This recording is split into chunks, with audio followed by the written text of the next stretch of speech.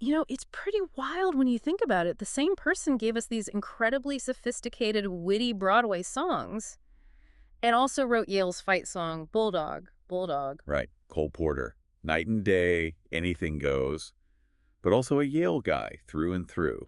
Exactly. And the amazing thing is, the proof of this huge career, it isn't just, floating in the ether. There are these massive archives of his work, like everything from his student days right up to the end. They're held at Yale University and the Library of Congress. Two major powerhouses for this kind of material. Okay, so let's dive into that. Today, we're exploring these two incredible collections, the Irving S. Gilmore Music Library at Yale and the Music Division down at the Library of Congress. Both are just packed with Cole Porter's history. And what's really interesting right from the get-go is how they came together. Yeah. Our sources show it wasn't just accidental. I mean, Porter himself, plus key people he worked with, they were involved in shaping these collections. It created this, this really interesting split of materials between the two places. Yeah, exactly. And for you, the learner, maybe you're tuning in just loving music, or perhaps you're really into songwriting history. Well, our mission today is to shine a light on what's actually in these archives. Sort of demystify them a bit. Right. We want to give you a clear idea of where they are physically, New Haven and DC, but also online, and crucially, how you might actually get access if you're curious. And why they matter so much. Why they're just invaluable for anyone digging into music history, or even just the creative process itself. Think of it like getting a backstage pass to genius. We're talking handwritten music, personal letters that show how collaborations worked, even early recordings where you can hear him figuring things out. Yeah, and connecting this to the bigger picture, these aren't just dusty old papers. They're living resources. They still shape how we understand and even perform American musical theater today. It's a direct window into that world through one of its absolute masters. Okay, so let's rewind a bit. How did these two major collections actually start? Yale seems like the obvious place to begin, given his ties there. Indeed. Porter's link to Yale, it was really strong. Lifelong, you could say. He was class of 1913, super proud of it, and he stayed connected his whole life. And interestingly, our sources show he actually started donating materials to the Yale Library while he was still alive. Huh. So he was already thinking about his legacy then. Seems like it. Sort of planning ahead, making sure his work landed somewhere he trusted, somewhere he felt, an affinity for. Makes sense. Absolutely. And then, when he passed away in 1964, Yale got the main inheritance, basically, the bulk of his personal and professional papers.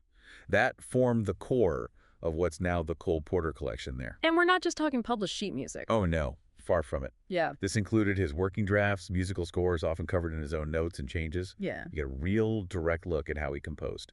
Plus, they got his personal scrapbooks, which are amazing, full of clippings, photos, little mementos, and tons of photographs from all parts of his life and all sorts of other bits and pieces, memorabilia. Wow, imagine going through those scrapbooks. And our sources mentioned the Yale collection kept growing even after that initial bequest. That's right. Yale's curators didn't just sit on it. They've actively added to it over the years. There was apparently a big find in 1988, a load of stuff turned up in a publisher's warehouse. Really? Like what kind of stuff? Could be anything, scores, arrangements maybe, things that had been seen for years, potentially bringing forgotten pieces back into the light. And Yale also got letters from the estates of his friends, his collaborators. That adds even more layers, more context. So Yale sounds incredibly comprehensive. Personal life, student days, the whole professional sweep. Okay, let's put it to the Library of Congress then. How did their collection come about? Was it similar? A bit different, actually, though it happened around the same time, roughly. The LOC's Cole Porter collection came mainly from direct gifts. Porter himself gave things, and his estate did too, mostly between 1962 and 1965. So right at the end of his life, he was actively placing materials in both institutions. Yeah, it really shows a commitment to preserving his work and making it accessible, it seems. Interesting. And a really key part of the Library of Congress collection came from Albert Sermet. He was Porter's longtime music editor at Chapel Music, a hugely important figure in getting Porter's music published and out there. Okay. So Sermet's donation might include more finalized versions, the ones ready for print. That's likely, yeah. More of the production-ready scores, the editor's perspective, you could say. And our sources suggest this was all kind of coordinated. The idea was to make sure the public had easy access to his later works, especially the big Broadway hits from the 40s and 50s and the Hollywood stuff. So a deliberate effort to make his most famous, widely known work available for study. Seems that way. It's like Yale gives you the deep personal developmental view, maybe, while the Library of Congress gives you a really focused look at those big, commercially successful later works. That's a useful distinction. Definitely. And the LOC collection, it was fully processed, cataloged, and ready for researchers by 1999.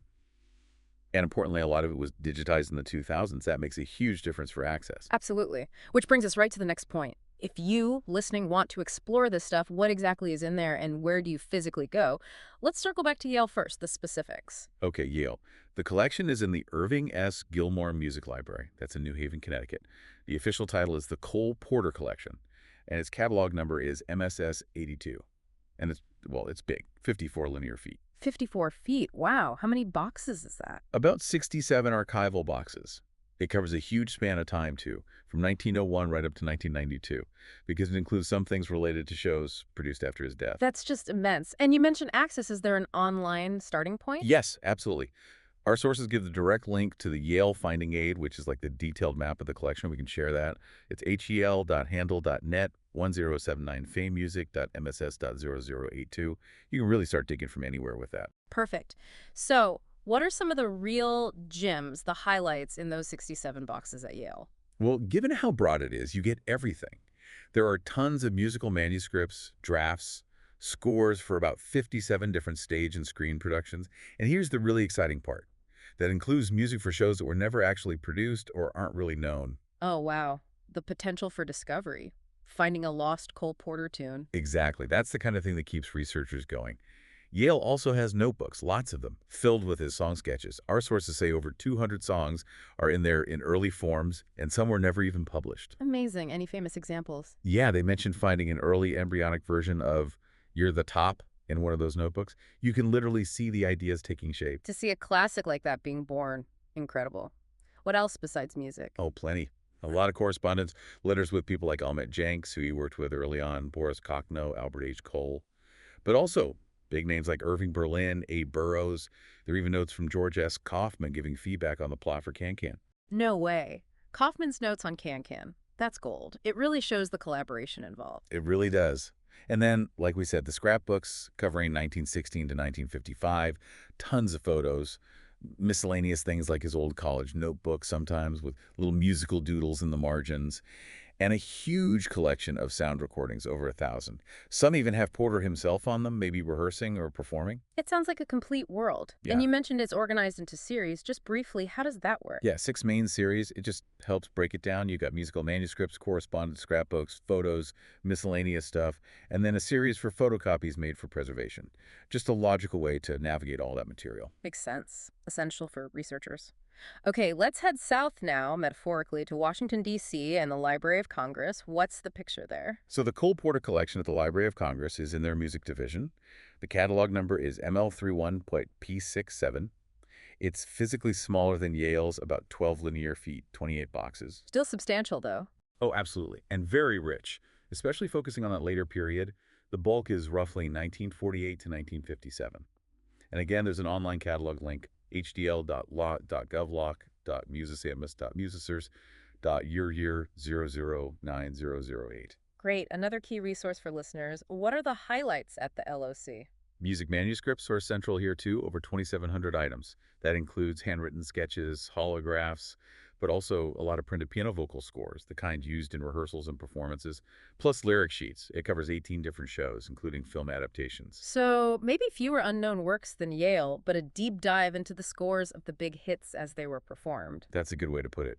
The LOC is really strong on the performance-ready materials for that key later period.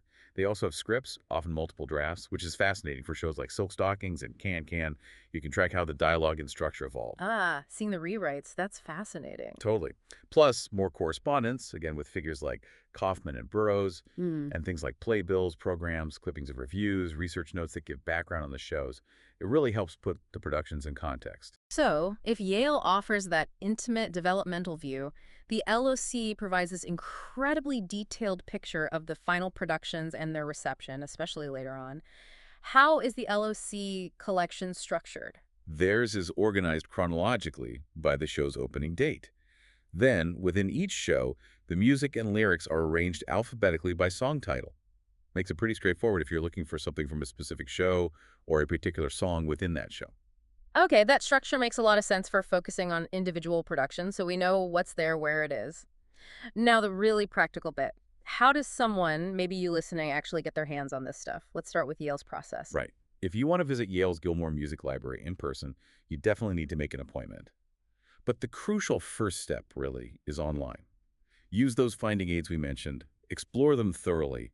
They give detailed descriptions of what's in each box, sometimes even item by item. So, do your homework online first. Absolutely. It saves a huge amount of time. Think of the finding aid as your treasure map. Hmm. Now, one thing to keep in mind.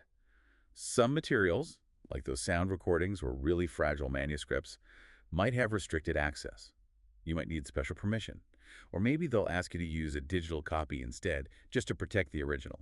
Okay, understandable. Always best to contact them and advance them. Always. Check about specific items you want to see. Ask about any restrictions. Good communication up front is key. Got it. And what about the Library of Congress? Similar process. Pretty similar, yes. It's open to researchers. Yeah. But like Yale, some material is stored off-site. So you absolutely need to give them advance notice if you want to see specific things so they have time to retrieve them for you. Okay, so planning ahead is vital for both places if you're visiting. Definitely. And one other important point for the Library of Congress. Yeah. If you're thinking about anything beyond just studying the material, like say you found an unpublished lyric and wanted to perform it, or reproduce something, you'll likely need permission from the Cole Porter Musical and Literary Property Trusts. Ah, the rights holders. Makes sense. Exactly. The library's collection portal, that link we shared, should have information on who to contact about those permissions. Research access is one thing, using the material publicly is another. Right. A necessary distinction. Okay, so we've covered the what, where, and how. Now let's talk about the why. For you, the learner, why go to all this trouble? What kind of cool stuff can you actually discover in these archives? This is the exciting part.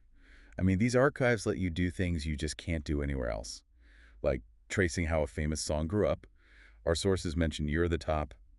Again, you can see early drafts at Yale, maybe with different jokes or rhymes. Ones that got cut later. Exactly. And then you could compare that to lyric sheets at the Library of Congress, maybe showing changes made for a specific performer or for a film version or even dealing with censorship back then. Wow, it's like watching the song evolve in real time, almost. It really is. And studying all those sketches and drafts, it gives you such a deep insight into Porter's creative process. How he wrestled with words, how he refined melodies. It wasn't just magic, it was craft. And the letters, too. God, the letters are incredible. Understanding those collaborations, Kaufman, Burroughs, Cernay, what were the arguments, the breakthroughs, it sheds so much light on how musical theater actually gets made. Imagine reading Kaufman's witty, probably quite cutting, feedback on Can-Can. Exactly. Those primary sources are just invaluable. And the scripts, the playbills, the research notes, they place the shows in their time. What was the world like when Kiss Me, Kate opened? These materials help you feel that. And of course, there's always that thrill of finding something totally unknown, an unproduced show, a forgotten song. That possibility is definitely alluring. And don't forget the sound recordings at Yale. Hearing Porter himself, maybe trying out a phrase at the piano, that adds a whole other dimension beyond the written page. So really, these archives are amazing resources for, yes, scholars, but also students, performers wanting authentic interpretations, songwriters looking for inspiration. Anyone curious about American musical theater, really? So, whether you're deep into academic research or you're just a huge fan wanting to see how your favorite song came to be, there's something there for you. Absolutely. It's just this incredibly rich, detailed portrait of an amazing artist and his time. Well, this has been fascinating, a real journey into these Porter archives. To kind of wrap things up, what's the single biggest takeaway you'd want our listeners to have about these collections? I think the main thing is realizing they offer this direct, unparalleled window into Cole Porter's genius, yes, but also his process. From the earliest scribbles at Yale to the polished final products maybe more highlighted at the Library of Congress, it's all there. It's a tangible connection to American musical history. And just a reminder for anyone whose curiosity is piqued, those online starting points are key. The Yale Finding Aid, hdl.handle.net, 1079perfectic.mss.00082, and the Library of Congress catalog, hdl.lot.gov.lot.me0000000. Start there. Definitely. And maybe a final thought to leave with you, the learner. Just imagine all the stories and musical ideas, a little insight still tucked away in those boxes. They're preserved, waiting. What might you uncover if you decided to take your own deep dive into Cole Porter's world?